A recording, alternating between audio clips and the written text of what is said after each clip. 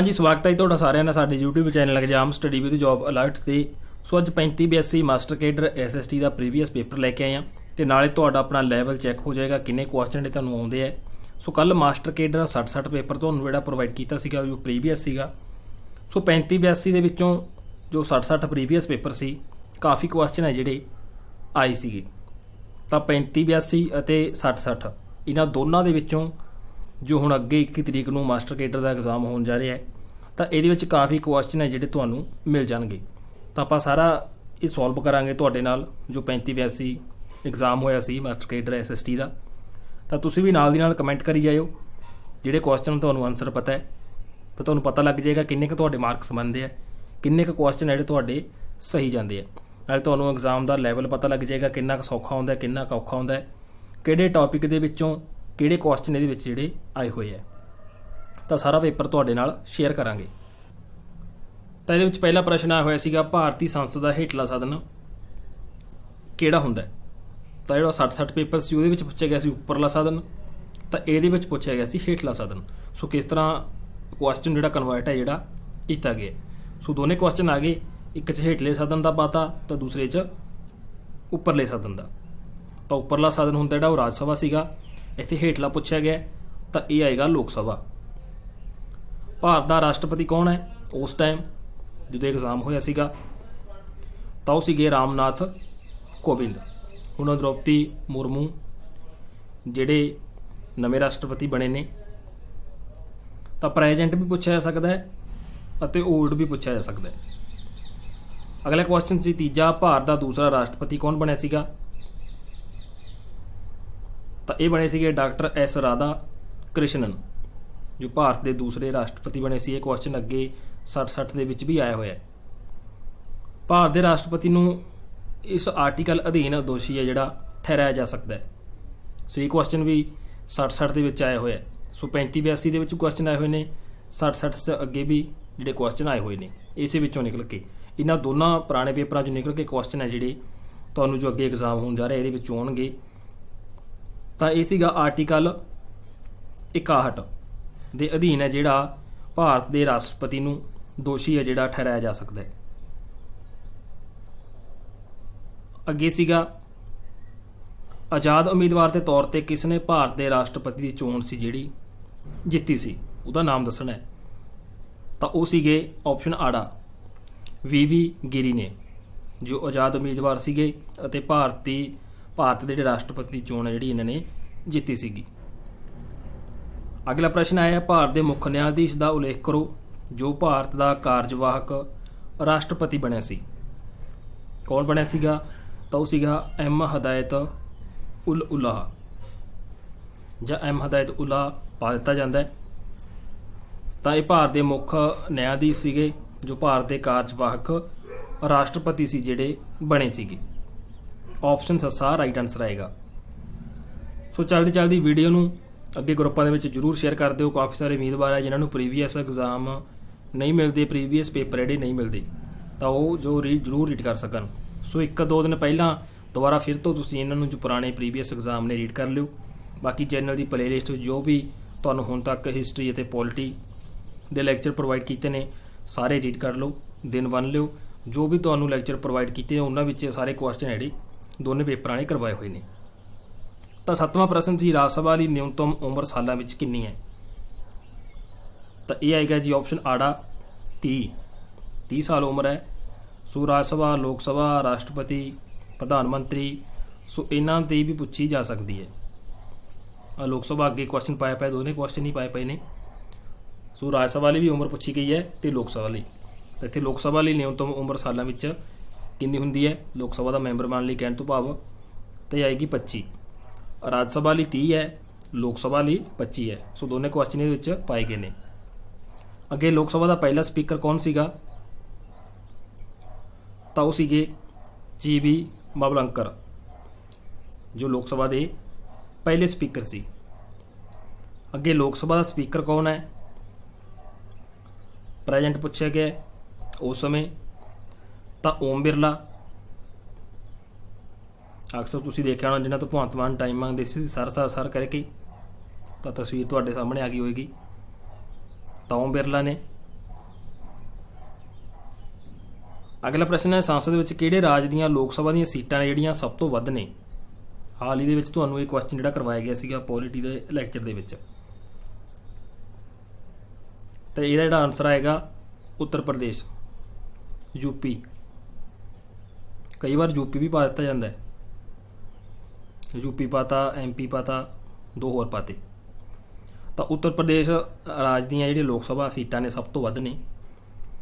ਅਹੁਦੇ ਅਨੁਸਾਰ ਰਾਜ ਸਭਾ ਦਾ ਚੇਅਰਮੈਨ ਕੌਣ ਹੈ? ਤਾਂ ਇਹ ਹੈ ਜੀ ਭਾਰਤ ਦਾ ਉਪ ਰਾਸ਼ਟਰਪਤੀ, ਜੋ ਅਹੁਦੇ ਦੇ ਅਨੁਸਾਰ ਰਾਜ ਸਭਾ ਦਾ ਚੇਅਰਮੈਨ ਹੈ। ਆਪਸ਼ਨ ਸੱਸਾ ਰਾਈਟ ਆਨਸਰ ਆਏਗਾ। ਅਗਲਾ ਪ੍ਰਸ਼ਨ ਹੈ ਰਾਸ਼ਟਰਪਤੀ ਕਿਸ ਆਰਟੀਕਲ ਅਧੀਨ ਪ੍ਰਧਾਨ ਮੰਤਰੀ ਦੀ ਨਿਯੁਕਤੀ ਹੈ ਜਿਹੜਾ ਕਰਦਾ ਹੈ? ਤਾਂ ਉਹ ਹੈ ਜੀ ਆਰਟੀਕਲ 75, ਆਪਸ਼ਨ ਊੜਾ।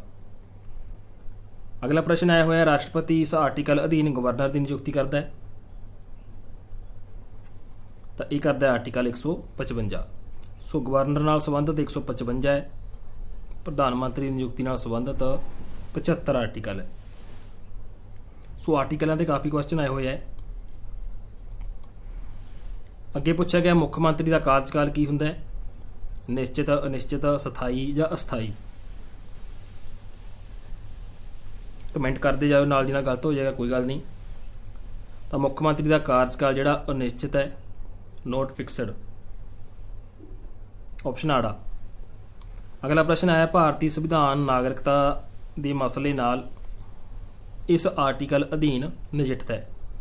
ਨਾਗਰਿਕਤਾ ਦੇ ਮਸਲੇ ਨਾਲ ਸੰਬੰਧਿਤ ਜਿਹੜਾ ਆਰਟੀਕਲ ਹੈ, ਅਗਰ ਤੁਸੀਂ ਆਰਟੀਕਲ ਧਿਆਨ ਨਾਲ ਪੜ੍ਹੇ ਨੇ, ਸੋ 60 ਪੇਪਰ ਦੇ ਵਿੱਚ ਇਹ ਕੁਐਸਚਨ ਆਇਆ, ਪਰ ਥੋੜ੍ਹਾ ਜਿਹਾ ਚੇਂਜ ਕਰਕੇ ਆਇਆ ਸੀਗਾ। ਕੱਲ੍ਹ ਵਾਲੇ ਭਾਗ ਵਿੱਚ ਕਰਵਾਇਆ ਸੀਗਾ। ਆਰਟੀਕਲ 5 ਤੋਂ 11 ਪਾਰਟ 2 ਜਿਹੜਾ ਨਾਗਰਿਕਤਾ ਨਾਲ ਸੰਬੰਧਿਤ ਹੈ ਅਤੇ ਮਸਲੇ ਨੇ ਜਿਹੜੇ ਇਸੇ ਆਰਟੀਕਲ ਅਧੀਨ ਨਜਿੱਠਦਾ ਹੈ।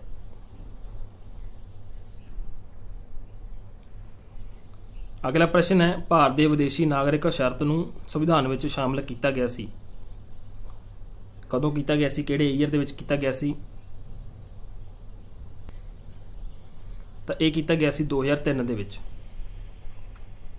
ਅਗਲਾ ਪ੍ਰਸ਼ਨ ਹੈ ਕੌਣ ਗੁੱਟ ਨਿਰਪੇਖ ਮੁਹਿੰਮ ਦਾ ਲੀਡਰ ਨਹੀਂ ਸੀ? ਜੋ ਗੁੱਟ ਨਿਰਪੇਖ ਮੁਹਿੰਮ ਚੱਲੀ ਸੀ ਇਹਦਾ ਲੀਡਰ ਕੌਣ ਨਹੀਂ ਸੀ?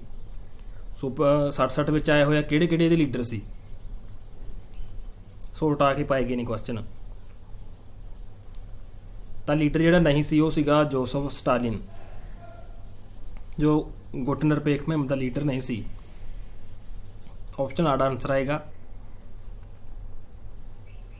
ਅਗਲਾ ਪ੍ਰਸ਼ਨ ਹੈ ਪੰਚਸ਼ੀਲ ਦੀ ਧਾਰਨਾ ਸੰਬੰਧਿਤ ਹੈ, ਕਿਸ ਨਾਲ ਸੰਬੰਧਿਤ ਹੈ?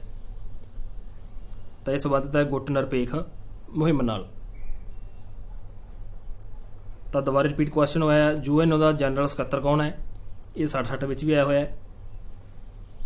ਕੱਲ੍ਹ ਦੱਸਿਆ ਤੁਹਾਨੂੰ ਐਂਟੋਨੀਓ ਗੁਟਰਸ, ਇੱਥੇ ਗੁਟਰਸ ਪਾਇਆ ਹੈ ਜਾਂ ਗੁਟਰਸ, ਜੋ UN ਦਾ ਜਨਰਲ ਸਕੱਤਰ ਹੈ। ਸੋ ਇਹ 35 ਵਿੱਚ ਵੀ ਆਇਆ ਹੋਇਆ ਹੈ ਅਤੇ 60 ਦੇ ਵਿੱਚ ਵੀ ਆਇਆ ਹੋਇਆ ਹੈ। ਸੋ ਪ੍ਰੀਵੀਅਸ ਪੇਪਰਾਂ ਵਿੱਚ ਤੁਹਾਨੂੰ ਬਹੁਤ ਸਾਰੇ ਕੁਐਸਚਨ ਜਿਹੜੇ ਆ ਜਾਣਗੇ, ਘੱਟੋ ਘੱਟ 10 ਮਾਰਕਸ ਦੇ ਕੁਐਸਚਨ ਤੁਹਾਨੂੰ ਗਰੰਟੀ ਹੈ ਆਉਣਗੇ ਹੀ ਆਉਣਗੇ। ਭਾਰਤ ਦਾ ਉਪ ਰਾਸ਼ਟਰਪਤੀ ਕੌਣ ਹੈ?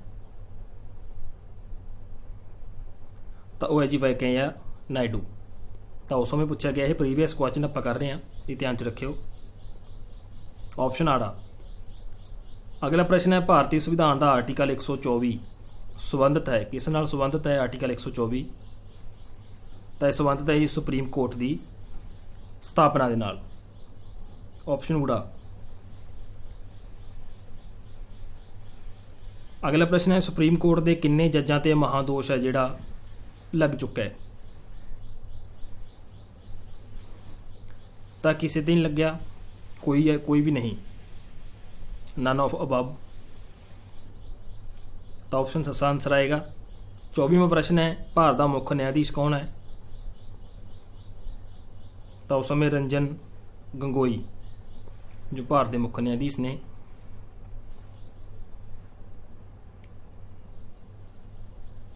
ਅਗਲਾ ਪ੍ਰਸ਼ਨ ਆਇਆ ਹੋਇਆ ਆਜ਼ਾਦ ਭਾਰਤ ਵਿੱਚ ਸੁਪਰੀਮ ਕੋਰਟ ਦਾ ਪਹਿਲਾ ਮੁੱਖ ਨਿਆਂਧੀਸ਼ ਕੌਣ ਸੀਗਾ? ਤਾਂ ਉਹ ਸੀਗਾ HJ ਕਾਨੀਆ। ਜੋ ਆਜ਼ਾਦ ਭਾਰਤ ਵਿੱਚ ਸੁਪਰੀਮ ਕੋਰਟ ਦਾ ਪਹਿਲਾ ਮੁੱਖ ਨਿਆਂਧੀਸ਼ ਸੀਗਾ। ਅੱਗੇ ਪੰਜਾਬ ਅਤੇ ਹਰਿਆਣਾ ਹਾਈ ਕੋਰਟ ਦਾ ਮੁੱਖ ਨਿਆਂਧੀਸ਼ ਕੌਣ ਹੈ?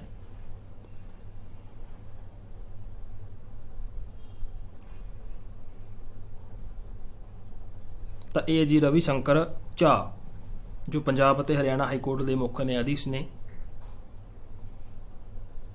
ਤਾਂ ਬਿਲਕੁਲ ਸੌਖੇ ਪ੍ਰਸ਼ਨ ਪੁੱਛੇ ਗਏ ਹੈ, ਕੋਈ ਜ਼ਿਆਦਾ ਟਫ ਪੇਪਰ ਨਹੀਂ ਆਇਆ। ਪੰਜਾਬ ਵਿਧਾਨ ਸਭਾ ਕਿੱਥੇ ਸਥਿਤ ਹੈ? ਇਹ ਸਾਰਿਆਂ ਨੂੰ ਪਤਾ ਹੈ, ਚੰਡੀਗੜ੍ਹ ਦੇ ਵਿੱਚ ਹੈ। ਪੰਜਾਬ ਵਿਧਾਨ ਸਭਾ ਵਿੱਚ ਕਿੰਨੀਆਂ ਸੀਟਾਂ ਨੇ? ਇਹ 60 ਵਿੱਚ ਵੀ ਕੁਐਸਚਨ ਪੁੱਛਿਆ ਗਿਆ ਹੈ। 117 ਨੇ। ਵਿਧਾਨ ਸਭਾ ਪੁੱਛੀ ਗਈ ਹੈ, ਦੋਨੇ ਕੁਐਸਚਨ ਇਹਦੇ ਵਿੱਚੋਂ ਆਏ ਹੋਏ ਨੇ। ਸਪੀਕਰ ਵਾਲਾ ਕੁਐਸਚਨ ਵੀ 60 ਦੇ ਵਿੱਚ ਆਇਆ ਹੋਇਆ ਹੈ। ਪੰਜਾਬ ਵਿਧਾਨ ਸਭਾ ਦਾ ਸਪੀਕਰ ਕੌਣ ਹੈ? ਤਾਂ ਉਸ ਸਮੇਂ ਰਾਣਾ KP ਸਿੰਘ ਸੀਗੇ। ਤਾਂ ਹੁਣ ਕੁਲਤਾਰ ਸਿੰਘ ਸੰਧਵਾ ਨੇ ਪ੍ਰੈਜ਼ੈਂਟ। ਤਾਂ ਜਦੋਂ ਐਗਜ਼ਾਮ ਹੋਇਆ ਸੀ ਉਦੋਂ ਰਾਣਾ KP ਸਿੰਘ ਸੀ। ਤਿੰਨੇ ਕੁਐਸਚਨ 35-82 ਚੋਂ 60 ਪੇਪਰ ਵਿੱਚ ਵੀ ਆਏ ਹੋਏ ਹੈ। ਭਾਰਤੀ ਸੰਵਿਧਾਨ ਦਾ ਉਹ ਕਿਹੜਾ ਅਨੁਛੇਦ ਹੈ ਜੋ ਸਰਕਾਰੀ ਨੌਕਰੀਆਂ ਦੀ ਪ੍ਰਾਪਤੀ ਲਈ ਸਮਾਨ ਮੌਕਿਆਂ ਦੀ ਵਿਵਸਥਾ ਕਰਦਾ ਹੈ? ਯਾਨੀ ਕਿ ਸਮਾਨਤਾ ਨਾਲ ਸੰਬੰਧਿਤ ਅਨੁਛੇਦ ਦੱਸਣਾ ਹੈ, ਬਰਾਬਰ ਮੌਕੇ ਨੌਕਰੀਆਂ ਦੇ ਵਿੱਚ। ਤਾਂ ਉਹ ਹੈ ਜੀ ਆਰਟੀਕਲ 16। ਆਰਟੀਕਲ 'ਤੇ ਕਾਫੀ ਕੁਐਸਚਨ ਆਉਂਦੇ ਹੈ। ਅਗਲਾ ਪ੍ਰਸ਼ਨ ਹੈ, ਮੌਲਿਕ ਅਧਿਕਾਰਾਂ ਦੀ ਸੂਚੀ ਵਿੱਚ ਸੰਪੱਤੀ ਦਾ ਅਧਿਕਾਰ ਇਸ ਅਧੀਨ ਹਟਾਇਆ ਗਿਆ ਸੀ? ਕਿਹੜੀ ਸੋਧ ਦੇ ਰਾਹੀਂ ਹੈ ਜਿਹੜਾ ਹਟਾਇਆ ਗਿਆ ਸੀਗਾ? ਤਾਂ ਉਹ ਸੀ 44ਵੀਂ ਸੋਧ ਐਕਟ 1978। ਮੌਲਿਕ ਅਧਿਕਾਰਾਂ ਦੀ ਸੂਚੀ ਵਿੱਚ ਸੰਪੱਤੀ ਦਾ ਅਧਿਕਾਰ ਸੀ ਜਿਹੜਾ 42ਵੀਂ ਸੋਧ ਐਕਟ 1978 ਅਧੀਨ ਹਟਾਇਆ ਗਿਆ ਸੀ। ਭਾਰਤੀ ਸੰਵਿਧਾਨ ਦਾ ਆਰਟੀਕਲ 17 ਵਕਾਲਤ ਕਰਦਾ ਹੈ। ਆਰਟੀਕਲ 17 ਕਿਸ ਦੀ ਵਕਾਲਤ ਕਰਦਾ ਹੈ? ਤਾਂ ਇਹ ਕਰਦਾ ਹੈ ਅਛੂਤਤਾ ਦੇ ਖਾਤਮੇ ਦੀ। ਆਪਸ਼ਨ ਸੱਸਾ। ਅਗਲਾ ਪ੍ਰਸ਼ਨ ਹੈ, ਭਾਰਤੀ ਸੰਵਿਧਾਨ ਦਾ ਆਰਟੀਕਲ 19 ਭਾਰਤ ਵਿੱਚ ਨਾਗਰਿਕਾਂ ਨੂੰ ਗਰੰਟੀ ਦਿੰਦਾ ਹੈ? ਤਾਂ ਇਹਨਾਂ ਸਾਰਿਆਂ ਦੀ ਸੁਤੰਤਰਤਾ ਦੇ ਅਧਿਕਾਰ ਦੀ, ਸ਼ਾਂਤਮਈ ਢੰਗ ਨਾਲ ਇਕੱਠ ਕਰਨ ਦੇ ਅਧਿਕਾਰ, ਭਾਰਤ ਵਿੱਚ ਸੁਤੰਤਰ ਘੁੰਮਣ ਦਾ ਅਧਿਕਾਰ। ਆਰਟੀਕਲ 19 ਨਾਲ ਸੰਬੰਧਿਤ ਨੇ। ਨਾਗਰਿਕਾਂ ਨੂੰ ਜਿਹੜਾ ਇਹ ਅਧਿਕਾਰ ਹੈ, ਆਰਟੀਕਲ ਹੈ, ਉਹ ਗਰੰਟੀ ਦਿੰਦਾ ਹੈ, ਆਰਟੀਕਲ 19। ਤਾਂ ਆਪਸ਼ਨ ਸੱਸਾ ਆਏਗਾ। ਹੋ ਸਕਦਾ ਐਗਜ਼ਾਮ ਦੇ ਵਿੱਚ ਇਹਨਾਂ ਤਿੰਨਾਂ 'ਚੋਂ ਕੋਈ ਇੱਕ ਆਪਸ਼ਨ ਪਾ ਦਿੱਤੀ ਜਾਵੇ, ਬਾਕੀ ਤਿੰਨ ਆਪਸ਼ਨਾਂ ਰੋਂਗ ਪਾ ਦਿੱਤੀਆਂ ਜਾਣ। ਤਾਂ ਇਹ ਜ਼ਰੂਰ ਧਿਆਨ ਵਿੱਚ ਰੱਖਿਓ। ਅਗਲਾ ਪ੍ਰਸ਼ਨ ਆਇਆ ਹੋਇਆ, ਭਾਰਤੀ ਸੰਵਿਧਾਨ ਦਾ ਕਿਹੜਾ ਆਰਟੀਕਲ ਹੈ ਜੋ ਮਨੁੱਖਾਂ ਦੇ ਵਪਾਰ ਅਤੇ ਜਬਰੀ ਮਜ਼ਦੂਰੀ ਨੂੰ ਵਰਜਿਤ ਕਰਦਾ ਹੈ, ਯਾਨੀ ਕਿ ਰੋਕਦਾ ਹੈ? ਤਾਂ ਬਾਲ ਮਜ਼ਦੂਰੀ ਵਾਲਾ ਤੁਸੀਂ ਆਰਟੀਕਲ ਪੜ੍ਹਿਆ ਹੋਣਾ, ਆਰਟੀਕਲ 23। ਧਰਮ ਦੀ ਸੁਤੰਤਰਤਾ ਦਾ ਅਧਿਕਾਰ ਸੁਰੱਖਿਅਤ ਹੈ, ਕਿਸ ਆਰਟੀਕਲ ਅਧੀਨ ਹੈ? ਤਾਂ ਇਹ ਜੇਗਾ ਆਰਟੀਕਲ 25। ਆਪਸ਼ਨ ਆੜਾ। ਅਗਲਾ ਪ੍ਰਸ਼ਨ ਹੈ, ਸਵਰਨ ਸਿੰਘ ਕਮੇਟੀ ਦੀ ਸਿਫਾਰਿਸ਼ ਕੀਤੀ ਸੀ? ਤਾਂ ਇਹ ਕੀਤੀ ਸੀ ਮੌਲਿਕ ਕਰਤੱਵਾਂ ਦੀ। ਇੱਥੇ ਨੇ ਹੋਏਗਾ, ਇੱਥੇ ਦੀ ਪਾਇਆ ਗਿਆ। ਮੌਲਿਕ ਕਰਤੱਵਾਂ ਦੀ ਸਿਫਾਰਿਸ਼ ਜਿਹੜੀ ਕੀਤੀ ਸੀ ਸਵਰਨ ਸਿੰਘ ਕਮੇਟੀ ਨੇ। ਭਾਰਤ ਦਾ ਮੌਲਿਕ ਕਰਤੱਵਾਂ ਨੂੰ ਇਸ ਦੇ ਸੰਵਿਧਾਨ ਤੋਂ ਲਿਆ ਗਿਆ ਹੈ। ਮੌਲਿਕ ਕਰਤੱਵ ਕਿਹੜੇ ਸੰਵਿਧਾਨ ਤੋਂ ਲਏ ਗਏ ਨੇ? ਤਾਂ USSR ਤੋਂ। ਆਪਸ਼ਨ ਸੱਸਾ। 1945 ਵਿੱਚ ਇਸ ਦੀ ਉਤਪਤੀ ਸਮੇਂ ਸੰਯੁਕਤ ਰਾਸ਼ਟਰ ਦੇ ਮੈਂਬਰਾਂ ਦੀ ਗਿਣਤੀ ਕਿੰਨੀ ਸੀ? ਤਾਂ ਇਹ ਸੀਗੀ ਜੀ 51। ਸੰਯੁਕਤ ਰਾਸ਼ਟਰ ਦਾ ਹੈੱਡਕੁਆਟਰ ਸਥਿਤ ਹੈ UN ਦਾ। ਸੋ 60 ਵਿੱਚ ਵੀ ਆਇਆ ਹੋਇਆ, ਇੱਥੇ ਸੰਯੁਕਤ ਰਾਸ਼ਟਰ ਪਾਤਾ, ਤਾਂ ਉੱਥੇ ਪਾਇਆ ਹੋਇਆ ਸੀ UN ਨੂੰ। ਬਸ ਇੰਨਾ ਕੀ ਫਰਕ ਹੈ। ਤਾਂ ਨਿਊਯਾਰਕ ਵਿਖੇ ਹੈ।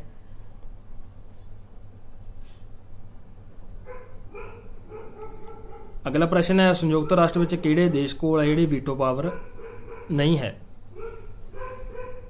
ਤਾਂ ਉਹ ਦੇਸ਼ ਹੈ ਜੀ ਆਸਟ੍ਰੇਲੀਆ। ILO ਦਾ ਹੈੱਡਕੁਆਟਰ ਕਿੱਥੇ ਸਥਿਤ ਹੈ?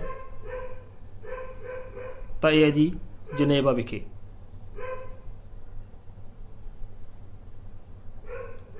ਅੱਗੇ ਪ੍ਰਸ਼ਨ ਆਇਆ ਹੋਇਆ ਹੈ, ਸੰਯੁਕਤ ਰਾਸ਼ਟਰ ਨਾਲ ਸੰਬੰਧਿਤ ਕਾਫੀ ਕੁਐਸਚਨ ਆਏ ਨੇ, 3-4 ਕੁਐਸਚਨ ਆਏ ਹੋਏ ਨੇ।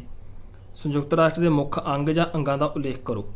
ਕਿਹੜੇ ਕਿਹੜੇ ਅੰਗ ਨੇ ਇਹ ਸਾਰੇ ਆ ਜਾਣਗੇ। ਜਨਰਲ ਅਸੈਂਬਲੀ ਆ ਗਿਆ, ਸੁਰੱਖਿਆ ਕੌਂਸਲ ਆ ਗਈ, ਟਰਸਟੀਸ਼ਿਪ ਆ ਗਈ। ਤਿੰਨੋਂ ਯਾਦ ਰੱਖ ਲਿਓ, ਕਈ ਵਾਰ ਇੱਕ ਵੀ ਪਾਇਆ ਜਾ ਸਕਦਾ ਹੈ। ਸਰਕਾਰੀਆ ਕਮਿਸ਼ਨ ਕਿਹਦੇ ਨਾਲ ਸੰਬੰਧ ਸੀ? 60 ਦੇ ਵਿੱਚ ਇਹ ਕੁਐਸਚਨ ਆਇਆ ਹੋਇਆ ਹੈ, ਕੇਂਦਰ ਰਾਜ ਸੰਬੰਧਾਂ ਨਾਲ। ਇੱਥੇ ਆੜਾ ਆਨਸਰ ਬਣਦਾ ਹੈ, 60 'ਚ ਊੜਾ ਬਣਦਾ ਹੈ। ਅਗਲਾ ਪ੍ਰਸ਼ਨ ਹੈ ਪੀਪਲਜ਼ ਐਕਟ 1951 ਦਾ ਨਿਰੂਪਣ ਸੰਬੰਧ ਹੈ। ਕਿਹਦੇ ਨਾਲ ਸੰਬੰਧਿਤ ਆਰਟੀਕਲ 1951 ਦਾ ਐਕਟ ਦਾ? People's act 1951। ਤਾਂ ਇਹ ਚੋਣਾਂ ਕਰਵਾਉਣ ਨਾਲ ਸੰਬੰਧਿਤ ਹੈ। ਆਪਸ਼ਨ ਊੜਾ ਰਾਈਟ ਆਨਸਰ ਆਏਗਾ। ਅਗਲਾ ਪ੍ਰਸ਼ਨ ਹੈ ਭਾਰਤ ਵਿੱਚ ਮੁੱਖ ਚੋਣ ਕਮਿਸ਼ਨਰ ਕੌਣ ਹੈ? ਤਾਂ ਉਸ ਟਾਈਮ ਜਿਹੜਾ ਕੁਐਸਚਨ ਹੈ ਪੁੱਛਿਆ ਗਿਆ ਤਾਂ ਉਸ ਟਾਈਮ ਸੀ Sunil Arora. Option A D. ਭਾਰਤ ਦਾ ਪਹਿਲਾ ਮੁੱਖ ਚੋਣ ਕਮਿਸ਼ਨਰ ਕੌਣ ਸੀਗਾ? 46 ਦਾ। ਤਾਂ ਉਹ ਸੀਗੇ ਸੁਕੁਮਾਰ ਸੇਨ, ਜੋ ਭਾਰਤ ਦੇ ਪਹਿਲੇ ਮੁੱਖ ਚੋਣ ਕਮਿਸ਼ਨਰ ਸੀ। ਨੋਟਾਂ ਨੂੰ ਪਹਿਲੀ ਵਾਰ 5 ਰਾਜਾਂ ਦੀਆਂ ਚੋਣਾਂ ਵਿੱਚ ਪ੍ਰਯੋਗ ਕੀਤਾ ਗਿਆ। ਕਦੋਂ ਕੀਤਾ ਗਿਆ ਸੀ? ਸੋ ਨੋਟਾਂ ਤੇ 60 ਵਿੱਚ ਵੀ ਆਇਆ। ਤਾਂ 60 ਵਿੱਚ ਇਹਦੀ ਫੁੱਲ ਫਾਰਮ ਪੁੱਛੀ ਗਈ ਸੀ ਕਿ ਨੋਟਾਂ ਦਾ ਮਤਲਬ ਕੀ ਹੈ, ਪੂਰਾ ਨਾਮ ਕੀ ਹੈ। ਤਾਂ ਇੱਥੇ ਕੁਐਸਚਨ ਪੁੱਛਿਆ ਗਿਆ ਕਿ ਨੋਟਾਂ ਨੂੰ ਪਹਿਲੀ ਵਾਰ 5 ਰਾਜਾਂ ਦੀਆਂ ਚੋਣਾਂ ਵਿੱਚ ਪ੍ਰਯੋਗ ਹੈ ਜਿਹੜਾ ਕਦੋਂ ਕੀਤਾ ਗਿਆ ਸੀ, ਕਿਹੜੇ ਈਅਰ ਦੀਆਂ ਚੋਣਾਂ ਸੀ? ਤਾਂ ਨਵੰਬਰ 2013 ਦੇ ਵਿੱਚ 5 ਰਾਜਾਂ ਦੀਆਂ ਚੋਣਾਂ ਦੇ ਵਿੱਚ ਇਹਨੂੰ ਪ੍ਰਯੋਗ ਕੀਤਾ ਗਿਆ। ਹੋ ਸਕਦਾ ਤੁਹਾਨੂੰ ਕੁਐਸਚਨ ਪਾ ਦੇਣ ਕਿ ਕਿੰਨੇ ਰਾਜਾਂ ਦੀਆਂ ਚੋਣਾਂ ਵਿੱਚ ਨੋਟਾਂ ਨੂੰ ਪ੍ਰਯੋਗ ਕੀਤਾ ਗਿਆ। ਆਪਸ਼ਨਾਂ 'ਚ ਪਾਣਗੇ 1, 1 'ਚ ਪਾਣਗੇ 3, 1 'ਚ ਪਾਣਗੇ 4, ਇੱਕ ਆਪਸ਼ਨ ਆ ਜਾਏਗੀ 5। ਤਾਂ ਤੁਸੀਂ 5 ਤੇ ਟਿਕ ਲਾ ਦਿਓ। ਇਸੇ ਤਰ੍ਹਾਂ ਹੀ ਤੋੜ ਮਰੋੜ ਕੇ ਕੁਐਸਚਨ ਪਾਉਂਦੇ ਆ, ਕੋਈ ਜ਼ਿਆਦਾ ਟਫ ਤੁਹਾਡਾ ਐਗਜ਼ਾਮ ਜਿਹੜਾ ਨਹੀਂ ਹੋਏਗਾ। ਭਾਰਤ ਵਿੱਚ ਸਧਾਰਨ ਚੋਣ ਹੈ ਜਿਹੜੀ ਇਸ ਆਧਾਰ ਤੇ ਕੀਤੀ ਜਾਂਦੀ ਹੈ। ਕਿਸ ਆਧਾਰ ਤੇ ਕੀਤੀ ਜਾਂਦੀ ਹੈ? ਸਰਵ ਵਿਆਪਕ ਮਤ ਅਧਿਕਾਰ ਤੇ ਭਾਰਤ ਵਿੱਚ ਸਧਾਰਨ ਚੋਣ ਹੈ ਜਿਹੜੀ ਕੀਤੀ ਜਾਂਦੀ ਹੈ। ਆਪਸ਼ਨ ਸੱਸਾ ਸਾਡਾ ਰਾਈਟ ਆਨਸਰ ਆਏਗਾ। ਭਾਰਤੀ ਸੰਵਿਧਾਨ ਦੀ ਡਰਾਫਟਿੰਗ ਕਮੇਟੀ ਦਾ ਚੇਅਰਮੈਨ ਕੌਣ ਸੀਗਾ? ਤਾਂ ਉਹ ਸੀਗੇ ਜੀ ਜਵਾਹਰ ਲਾਲ ਨਹਿਰੂ, ਜੋ ਭਾਰਤੀ ਸੰਵਿਧਾਨ ਦੀ ਡਰਾਫਟਿੰਗ ਕਮੇਟੀ ਦੇ ਚੇਅਰਮੈਨ ਸੀ। 26 ਨਵੰਬਰ 1949 ਨੂੰ ਭਾਰਤੀ ਸੰਵਿਧਾਨ ਕੀ ਕੀਤਾ ਗਿਆ ਸੀਗਾ? ਪਾਸ ਅਤੇ ਘੋਸ਼ਿਤ ਕੀਤਾ ਗਿਆ ਸੀ।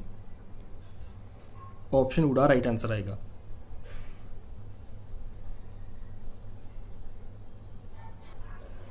ਅਗਲਾ ਪ੍ਰਸ਼ਨ ਹੈ ਭਾਰਤੀ ਸੰਵਿਧਾਨ ਦਾ ਖਾਕਾ ਕਿਸ ਨੂੰ ਕਿਹਾ ਜਾਂਦਾ ਹੈ? ਤਾਂ ਇਹ ਕਿਹਾ ਜਾਂਦਾ ਹੈ ਗਵਰਨਮੈਂਟ ਐਕਟ 1935 ਨੂੰ। ਆਪਸ਼ਨ ਆੜਾ।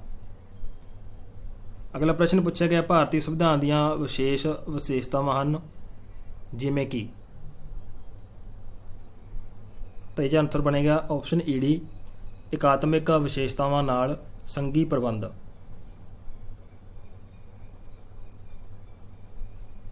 ਅਗਲਾ ਪ੍ਰਸ਼ਨ ਆਇਆ ਹੋਇਆ ਭਾਰਤੀ ਸੰਵਿਧਾਨ ਦੀ ਚੌਥੀ ਸੂਚੀ ਸੰਬੰਧਿਤ ਹੈ। ਕਿਸ ਨਾਲ ਸੰਬੰਧਿਤ ਹੈ? ਚੌਥੀ ਸੂਚੀ ਵਿੱਚ ਕੀ ਹੈ? ਰਾਜ ਸਭਾ ਦੇ ਵਿੱਚ ਸੀਟਾਂ ਦੀ ਵੰਡ ਨਾਲ ਸੰਬੰਧਿਤ ਚੌਥੀ ਸੂਚੀ ਹੈ। ਭਾਰਤੀ ਸੰਵਿਧਾਨ ਦੀ 11ਵੀਂ ਸੂਚੀ ਸੰਬੰਧਿਤ ਹੈ। ਕਿਸ ਨਾਲ ਸੰਬੰਧਿਤ ਹੈ? ਤਾਂ 11ਵੀਂ ਸੂਚੀ ਹੈ ਪੰਚਾਇਤਾਂ ਨਾਲ। ਸੂਚੀਆਂ ਤੇ ਵੀ ਇਹ ਜਿਹੜੇ 2 ਕੁਐਸਚਨ ਆ ਚੁੱਕੇ ਨੇ। ਹਰੇਕ ਟੌਪਿਕ ਦੇ ਵਿੱਚੋਂ 2-2, 3-3 ਕੁਐਸਚਨ ਹੈ ਜਿਹੜੇ ਇਹਨਾਂ ਐਗਜ਼ਾਮਸ ਦੇ ਵਿੱਚ ਲਏ ਗਏ ਨੇ। ਭਾਰਤੀ ਸੰਵਿਧਾਨ ਦਾ ਪ੍ਰਗਟਨ ਆਰੰਭ ਹੁੰਦਾ ਹੈ। ਕਿਸ ਨਾਲ ਹੁੰਦਾ ਹੈ? ਆਪਸ਼ਨ ਈ D, we the people of India ਨਾਲ। ਅਗਲਾ ਪ੍ਰਸ਼ਨ ਆਇਆ ਹੋਇਆ 42ਵੀਂ ਸੋਧ ਐਕਟ 1976 ਭਾਰਤੀ ਸੰਵਿਧਾਨ ਵਿੱਚ ਸਮਿਲਿਤ ਹੈ। ਤਾਂ ਇਹ ਪ੍ਰਭੂ ਸੱਤਾ, ਲੋਕਤੰਤਰਿਕ, ਗਣਤੰਤਰੀ ਰਾਜ ਨਾਲ। ਕਿਹੜੇ ਐਕਟ ਰਾਹੀਂ? 42ਵੀਂ ਸੋਧ ਐਕਟ 1976 ਰਾਹੀਂ। ਆਪਸ਼ਨ ਆੜਾ ਰਾਈਟ ਆਨਸਰ ਆਏਗਾ। ਅੱਗੇ ਪੁੱਛਿਆ ਗਿਆ ਭਾਰਤੀ ਸੰਵਿਧਾਨ ਦਾ ਮੁੱਢਲਾ ਢਾਂਚਾ ਸੰਬੰਧਿਤ ਹੈ।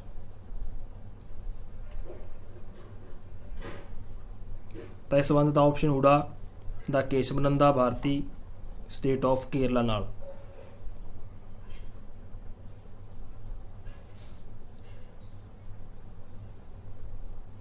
ਅਗਲਾ ਪ੍ਰਸ਼ਨ ਹੈ 60 ਦੇ ਵਿੱਚ ਹੀ ਪੁੱਛਿਆ ਗਿਆ ਮੰਡਲ ਕਮਿਸ਼ਨ ਸੰਬੰਧਿਤ ਹੈ। ਕਿਹਦੇ ਨਾਲ ਸੰਬੰਧਿਤ ਹੈ? ਕੱਲ ਵੀ ਤੁਹਾਨੂੰ ਦੱਸਿਆ ਸੀ 60 ਪੇਪਰ ਵਿੱਚ ਆਇਆ ਹੋਇਆ ਸੀ ਪਛੜੇ ਵਰਗਾਂ ਨਾਲ। ਇੱਥੇ ਈਡੀ ਆਪਸ਼ਨ ਦਿੱਤੀ ਗਈ ਹੈ, ਉੱਥੇ ਊੜਾ ਆਪਸ਼ਨ ਦਿੱਤੀ ਗਈ ਸੀ। ਫਰਕ ਸਿਰਫ ਜਿਹੜਾ ਇੰਨਾ ਦਿੱਤਾ ਗਿਆ। ਸਾਮਵਾਦੀ ਘੋਸ਼ਣਾ ਪੱਤਰ ਕਿਸ ਨੇ ਲਿਖਿਆ ਸੀ? ਇਹ ਕੁਐਸਚਨ ਵੀ ਆਇਆ ਹੋਇਆ ਹੈ। ਕਾਰਲ ਮਾਰਕਸ ਅਤੇ ਐਂਜਲਸ ਨੇ। ਲਿਬਰਟੀ ਸ਼ਬਦ ਲਿਆ ਗਿਆ ਹੈ, ਕਿਸ ਤੋਂ ਲਿਆ ਗਿਆ ਹੈ? ਇੱਥੇ ਲਿਬਰਟੀ ਪੁੱਛਿਆ ਗਿਆ ਤਾਂ ਕੱਲ੍ਹ ਵਾਲੇ 'ਚ ਜਸਟਿਸ ਪੁੱਛਿਆ ਗਿਆ ਸੀ। ਤਾਂ ਲਿਬਰਟੀ ਸ਼ਬਦ ਹੈ ਜਿਹੜਾ ਲਤੀਨੀ ਤੋਂ ਲਿਆ ਗਿਆ। ਦੋਨੇ ਲੱਲੇ ਯਾਦ ਰੱਖ ਲਿਓ, ਲਿਬਰਟੀ ਲਤੀਨੀ। ਅਗਲਾ ਪ੍ਰਸ਼ਨ ਹੈ ਰਾਈਟਸ ਆਫ ਮੈਨ 1799 ਦੀ ਘੋਸ਼ਣਾ ਰੇਖਾ ਅੰਕਿਤ ਕਰਦੀ ਹੈ। ਕੀ ਅੰਕਿਤ ਕਰਦੀ ਹੈ? ਆਦਮੀ ਦੀ ਕੁਦਰਤੀ ਸਮਾਨਤਾ। ਅੱਗੇ ਕਾਨੂੰਨ ਦੇ ਸੋਮੇ ਕੀ ਨੇ? ਤਾਂ ਇੱਥੇ ਸੋਮੇ ਪੁੱਛਿਆ ਗਿਆ। ਕੱਲ੍ਹ ਵਾਲੇ 'ਚ ਪੁੱਛਿਆ ਗਿਆ ਸੀ ਵੀ ਕਾਨੂੰਨ ਕੀ ਹੈ? ਕਠੋਰ ਹੈ, ਸਮਾਨ ਹੈ, ਨਿਸ਼ਚਿਤ ਹੈ, ਅਨਿਸ਼ਚਿਤ ਹੈ, ਇਹ ਪੁੱਛਿਆ ਗਿਆ ਸੀਗਾ। ਤਾਂ ਇੱਥੇ ਸੋਮੇ ਪੁੱਛਿਆ ਗਿਆ। ਸੋ ਇਸ ਤਰ੍ਹਾਂ ਕੁਐਸਚਨ ਕੱਢ ਕੇ ਜਿਹੜਾ ਐਗਜ਼ਾਮ 'ਚ ਪਾਏ ਗਏ ਨੇ। ਤਾਂ ਕਾਨੂੰਨ ਦੇ ਸੋਮੇ ਕੀ ਨੇ? ਸਾਰੇ ਆ ਜਾਣਗੇ। ਰਵਾਇਤਾਂ ਆ ਜਾਣਗੀਆਂ, ਧਰਮ ਆ ਜਾਏਗਾ, ਨਿਆਇਕ ਫੈਸਲੇ ਆ ਜਾਣਗੇ। ਤਾਂ ਆਪਸ਼ਨ ਸੱਸਾ ਜਿਹੜਾ ਸਾਡਾ ਰਾਈਟ ਆਨਸਰ ਬਣੇਗਾ।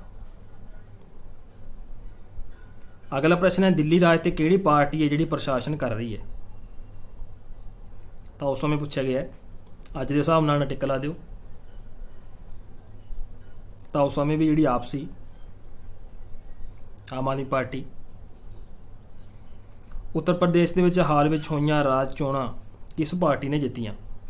ਸੋ ਇਹ ਕਰੰਟ ਅਫੇਅਰ ਦੇ ਕੁਐਸਚਨ ਆ ਗਏ, ਪਾਰਟੀਬਾਜ਼ੀ ਦੇ ਕੁਐਸਚਨ ਆ ਗਏ। ਸੋ ਇਹ ਕੁਐਸਚਨ ਹੀ ਪੁੱਛੇ ਜਾਂਦੇ ਆ, ਕੋਈ ਜ਼ਿਆਦਾ ਡੀਪਲੀ ਨਹੀਂ ਪੁੱਛੇ ਜਾਂਦੇ। ਨੋਰਮਲੀ ਪਾਰਟੀਬਾਜ਼ੀ 'ਤੇ ਪੁੱਛਿਆ ਜਾਂਦਾ ਕਿ ਪੁਰਾਣੀ ਸਟੇਟ 'ਚ ਕਿਹੜੀ ਪਾਰਟੀ ਹੈ। ਤਾਂ ਜੋ ਉੱਤਰ ਪ੍ਰਦੇਸ਼ ਦੇ ਵਿੱਚ ਚੋਣਾਂ ਹੋਈਆਂ ਸੀ, ਰਾਜ ਚੋਣਾਂ, ਤਾਂ ਕਿਹੜੀ ਪਾਰਟੀ ਨੇ ਜਿੱਤੀਆਂ ਸੀ? ਤਾਂ ਉਹ ਜਿੱਤੀਆਂ ਸੀ ਬੀਜੇਪੀ ਨੇ ਉਸ ਟਾਈਮ। ਅਗਲਾ ਪ੍ਰਸ਼ਨ ਹੈ ਵਿਨੋਬਾ ਭਾਵੇ ਜੁੜਿਆ ਹੋਇਆ ਹੈ, ਕਿਸ ਨਾਲ ਜੁੜਿਆ ਹੋਇਆ? ਤਾਂ ਇਹ ਜੁੜਿਆ ਹੋਇਆ ਭੂਦਾਨ ਦੇ ਨਾਲ। ਪੰਜਾਬ ਵਿਧਾਨ ਸਭਾ ਵਿੱਚ ਵਿਪੱਖ ਦਾ ਲੀਡਰ ਕੌਣ ਹੈ? ਉਸ ਸਮੇਂ ਪੁੱਛਿਆ ਗਿਆ। ਵਿਰੋਧੀ ਧਿਰ। ਤਾਂ ਉਸ ਸਮੇਂ ਹਰਪਾਲ ਸਿੰਘ ਚੀਮਾ ਸੀ। ਤਾਂ ਹੁਣ ਗੇਮ ਪਲਟ ਚੁੱਕੀ ਹੈ। ਹੁਣ ਹਰਪਾਲ ਸਿੰਘ ਚੀਮਾ ਵਿੱਤ ਮੰਤਰੀ ਨੇ ਅਤੇ ਵਿਰੋਧੀ ਧਿਰ 'ਚ ਕਾਂਗਰਸ ਆ ਗਈ, ਰਾਜਾ ਵੜਿੰਗ ਆ ਗਿਆ, ਸੁਖਪਾਲ ਖਹਿਰਾ ਆ ਗਿਆ। ਸੋ ਹੁਣ ਵੀ ਕੁਐਸਚਨ ਪੁੱਛਿਆ ਜਾਏਗਾ ਤਾਂ ਹੁਣ ਆਪਸ਼ਨਾਂ ਬਦਲ ਜਾਣਗੀਆਂ। ਅੱਗੇ ਜੈ ਲਲਿਤਾ ਕਿਸ ਰਾਜ ਤੋਂ ਸੀ? ਇਹ ਕੁਐਸਚਨ ਵੀ 60 ਦੇ ਵਿੱਚ ਵੀ ਆਇਆ ਹੋਇਆ, 35-82 ਦੇ ਵਿੱਚ ਵੀ ਆਇਆ ਹੋਇਆ। ਸੋ ਕੱਲ੍ਹ ਵੀ ਤੁਹਾਨੂੰ ਦੱਸਿਆ ਸੀਗਾ। ਤਾਂ ਜੈ ਲਲਿਤਾ ਸੀ ਜਿਹੜੇ ਤਾਮਿਲਨਾਡੂ ਤੋਂ ਸੀਗੇ। 1957 ਵਿੱਚ ਪੰਚਾਇਤੀ ਰਾਜ ਇਸ ਦੀ ਸਿਫਾਰਸ਼ 'ਤੇ ਲਾਗੂ ਕੀਤਾ ਗਿਆ ਸੀ। ਕਿਸ ਦੀ ਸਿਫਾਰਸ਼ 'ਤੇ ਲਾਗੂ ਕੀਤਾ ਗਿਆ ਸੀ? ਬਲਵੰਤ ਰਾਏ ਮਹਿਤਾ ਰਿਪੋਰਟ 'ਤੇ। ਤਾਂ 1957 ਦੇ ਵਿੱਚ ਪੰਚਾਇਤੀ ਰਾਜ ਦੀ ਸਿਫਾਰਸ਼ ਹੈ ਜਿਹੜੀ ਬਲਵੰਤ ਰਾਏ ਮਹਿਤਾ ਰਿਪੋਰਟ 'ਤੇ ਜਿਹੜੀ ਲਾਗੂ ਕੀਤੀ ਗਈ ਸੀ। ਉਲਟਾ ਕੇ ਵੀ ਪੁੱਛਿਆ ਜਾ ਸਕਦਾ ਹੈ। CPI-M ਹੋਂਦ ਵਿੱਚ ਆਈ, ਕਦੋਂ ਆਈ ਸੀ? ਤਾਂ ਇਹ ਆਈ ਸੀ 1964 ਦੇ ਵਿੱਚ। ਸੋ ਇੱਕ ਕੁਐਸਚਨ 'ਚ ਆਪਣੇ ਆਪ ਹੀ ਕਾਫੀ ਕੁਐਸਚਨ ਬਣਾ ਕੇ ਦੇਖ ਲਿਆ ਕਰੋ। ਆਪਸ਼ਨਾਂ ਦੇ ਵਿੱਚੋਂ ਵੀ ਕੁਐਸਚਨ ਬਣ ਜਾਂਦੇ ਆ। ਸੋ ਇਸ ਨੂੰ ਕਈ ਵਾਰ ਦੱਸਦੇ ਵੀ ਹੁੰਦੇ ਆ। ਪੰਜਾਬ ਵਿੱਚ ਕਿਸ ਪਾਰਟੀ ਦਾ ਚੋਣ ਨਿਸ਼ਾਨ ਜਿਹੜਾ ਤੱਕੜੀ ਹੈ? ਤੁਹਾਨੂੰ ਸਾਰਿਆਂ ਨੂੰ ਪਤਾ ਹੋਏਗਾ, ਸ਼੍ਰੋਮਣੀ ਅਕਾਲੀ ਦਲ। ਅੰਦੋਲਨ ਵਿੱਚ ਮਜ਼ਦੂਰ ਵਰਗ ਉੱਤੇ ਕਿਸ ਨੇ ਜ਼ੋਰ ਦਿੱਤਾ ਸੀਗਾ? ਤਾਂ ਇਹ ਤਾਂ ਸੀਗਾ ਕਾਰਲ ਮਾਰਕਸ ਨੇ। ਅੱਗੇ ਗਾਂਧੀਵਾਦੀ ਲੀਡਰ ਦੀ ਪਛਾਣ ਕਰਨੀ ਹੈ। ਗਾਂਧੀਵਾਦੀ ਲੀਡਰ ਕੌਣ ਸੀਗਾ? VV ਗਿਰੀ, S ਰਾਧਾ ਕ੍ਰਿਸ਼ਨਨ ਉਪ ਰਾਸ਼ਟਰਪਤੀ ਹੋਏ ਨੇ, ਵਿਨੋਬਾ ਭਾਵੇ ਜਾਂ ਕ੍ਰਿਸ਼ਨਾ ਮੈਨਨ। ਤਾਂ ਗਾਂਧੀਵਾਦੀ ਲੀਡਰ ਸੀ ਜਿਹੜਾ ਵਿਨੋਬਾ ਭਾਵੇ ਸੀਗਾ, ਜੋ ਭੂਦਾਨ ਨਾਲ ਜੁੜਿਆ ਹੋਇਆ ਸੀਗਾ। ਆਪਸ਼ਨ ਈ ਡੀ ਰਾਈਟ ਆਨਸਰ ਆਏਗਾ।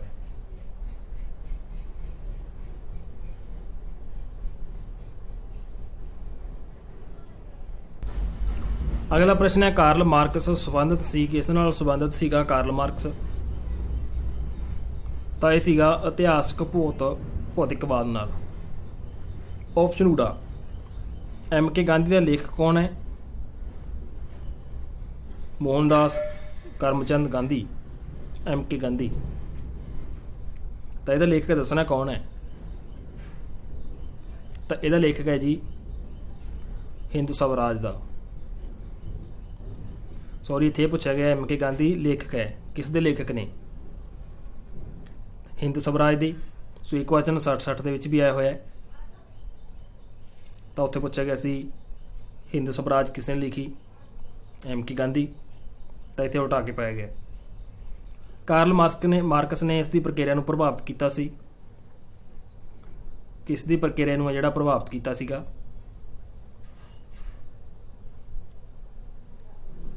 ਤਾਂ ਸਾਰੇ ਆਪਸ਼ਨ ਆਏਗਾ। ਰਸ਼ੀਆ ਅੰਦੋਲਨ 1917, ਚੀਨੀ ਅੰਦੋਲਨ 1949, ਕਿਊਬਾ ਅੰਦੋਲਨ 1959। ਸੋ ਇਹ 35-82 ਐਗਜ਼ਾਮ ਦੇ ਵਿੱਚ ਆਏ ਗਏ ਕੁਐਸਚਨ ਨੇ। ਸੋ 35-82 ਚੋਂ 60 'ਚ ਆਏ ਹੋਏ ਨੇ, 60 ਚੋਂ 35-82 'ਚ ਆਏ ਹੋਏ ਨੇ। ਹੁਣ ਇਹਨਾਂ ਦੋਨਾਂ ਐਗਜ਼ਾਮ ਚੋਂ ਤੁਹਾਨੂੰ ਜੋ 21 ਅਗਸਤ ਨੂੰ ਤੁਸੀਂ ਪੇਪਰ ਦੇਣ ਜਾ ਰਹੇ ਹੋ, ਤਾਂ ਇਹਦੇ ਵਿੱਚੋਂ ਘੱਟੋ ਘੱਟ 10 ਕੁਐਸਚਨ ਤੁਹਾਨੂੰ ਆਰਾਮ ਨਾਲ ਜਿਹੜੇ ਮਿਲ ਜਾਣਗੇ। ਸੋ ਜਿੰਨੇ ਵੀ ਇਹ ਕੁਐਸਚਨ ਆਏ ਹੋਏ ਨੇ ਦੋਨੇ ਪੇਪਰਾਂ ਦੇ ਵਿੱਚ, ਸਾਰੇ PDF ਤੁਹਾਨੂੰ ਪ੍ਰੋਵਾਈਡ ਕੀਤੇ ਹੋਏ ਨੇ। ਜੋ ਵੀ ਲੈਕਚਰ ਪ੍ਰੋਵਾਈਡ ਕੀਤੇ ਨੇ ਸਾਰੀ ਜਾਣਕਾਰੀ ਦਿੱਤੀ ਹੋਈ ਹੈ, ਸਾਰੇ ਇਹਦੇ ਵਿੱਚ ਕੁਐਸਚਨ ਕਵਰ ਕੀਤੇ ਗਏ ਨੇ। ਤਾਂ ਵੀਡੀਓ ਦੀ ਡਿਸਕ੍ਰਿਪਸ਼ਨ ਇੱਕ ਵਾਰ ਜ਼ਰੂਰ ਖੋਲ੍ਹ ਲਿਓ, ਤਾਂ ਤੁਹਾਨੂੰ ਸਾਰੇ ਉੱਥੇ ਲਿੰਕ ਹੈ ਜਿਹੜੇ ਮਿਲ ਜਾਣਗੇ। ਬਾਕੀ ਜੋ ਹੁਣ ਤੱਕ ਤੁਹਾਨੂੰ ਲੈਕਚਰ ਪ੍ਰੋਵਾਈਡ ਕੀਤੇ ਨੇ, ਪਲੇਲਿਸਟ ਓਪਨ ਕਰ ਲਿਓ। ਜਦੋਂ ਵੀ ਟਾਈਮ ਲੱਗੇ, ਜੋ ਤੁਸੀਂ ਬੁੱਕਸ ਪੜ੍ਹ ਰਹੇ ਹੋ ਜਾਂ ਕਲਾਸਾਂ ਕਿਤੇ ਸੈਂਟਰ ਦੇ ਵਿੱਚ ਅਟੈਂਡ ਕਰ ਰਹੇ ਹੋ, ਇਸ ਤੋਂ ਬਾਅਦ ਜਦੋਂ ਵੀ ਟਾਈਮ ਮਿਲਦਾ ਹੈ ਤਾਂ ਜ਼ਰੂਰ ਸਾਰੇ ਭਾਗ ਰੀਡ ਕਰ ਲਿਓ। ਤੁਹਾਨੂੰ ਜਿਹੜੀ ਆਉਣ ਵਾਲੇ ਐਗਜ਼ਾਮ ਦੇ ਵਿੱਚ ਮਦਦ ਹੈ ਜਿਹੜੀ ਮਿਲੇਗੀ। ਸੋ ਬਾਕੀ ਕਲਾਸ ਕੰਟੀਨਿਊ ਚੱਲਦੀ ਰਹੇਗੀ ਜਿੰਨੇ ਵੀ ਦਿਨ ਬਚੇ ਨੇ। ਸੋ ਕੱਲ੍ਹ ਨੂੰ ਤੁਹਾਨੂੰ 3 ਵਜੇ ਪੋਲਿਟੀ ਦੀ ਕਲਾਸ ਦੁਬਾਰਾ ਜਿਹੜੀ ਜਿੱਥੋਂ ਛੱਡੀ ਉੱਥੋਂ ਸਟਾਰਟ ਕਰੀ ਜਾਏਗੀ। ਸੋ ਸਾਰੇ ਇੰਪੋਰਟੈਂਟ ਇਹਦੇ ਵਿੱਚ ਕੁਐਸਚਨ ਤੁਹਾਨੂੰ ਜਿਹੜੇ ਪ੍ਰੋਵਾਈਡ ਕਰੇ ਹੈ। ਸੋ ਨਾਲ ਹਿਸਟਰੀ ਦੇ ਪ੍ਰੀਵੀਅਸ ਵੀ ਤੁਹਾਨੂੰ ਪ੍ਰੋਵਾਈਡ ਕਰ ਦਾਂਗੇ ਟਾਈਮ ਟੂ ਟਾਈਮ ਕੱਢ ਕੇ। ਉਹ ਦੇਖਦੇ ਆ, ਕਮੈਂਟ ਕਰ ਦਿਓ ਕੱਲ੍ਹ ਨੂੰ ਪੋਲਿਟੀ ਦੀ ਕਲਾਸ ਚਾਹੀਦੀ ਹੈ ਜਾਂ ਫਿਰ ਹਿਸਟਰੀ ਦੇ ਪ੍ਰੀਵੀਅਸ। ਤਾਂ ਜਿਹਦੇ ਜ਼ਿਆਦਾ ਕਮੈਂਟ ਆਉਣਗੇ ਤਾਂ ਉਸ ਹਿਸਾਬ ਨਾਲ ਅਸੀਂ ਡਿਸੀਜਨ ਲੈ ਕੇ ਤੁਹਾਨੂੰ ਵੀਡੀਓ ਹੈ ਜਿਹੜੀ ਪ੍ਰੋਵਾਈਡ ਕਰ ਦਾਂਗੇ। ਸੋ ਵੀਡੀਓ ਨੂੰ ਅੱਗੇ ਵੱਧ ਤੋਂ ਵੱਧ ਗਰੁੱਪਾਂ ਦੇ ਵਿੱਚ ਸ਼ੇਅਰ ਜ਼ਰੂਰ ਕਰ ਦਿਓ। ਧੰਨਵਾਦ ਜੀ।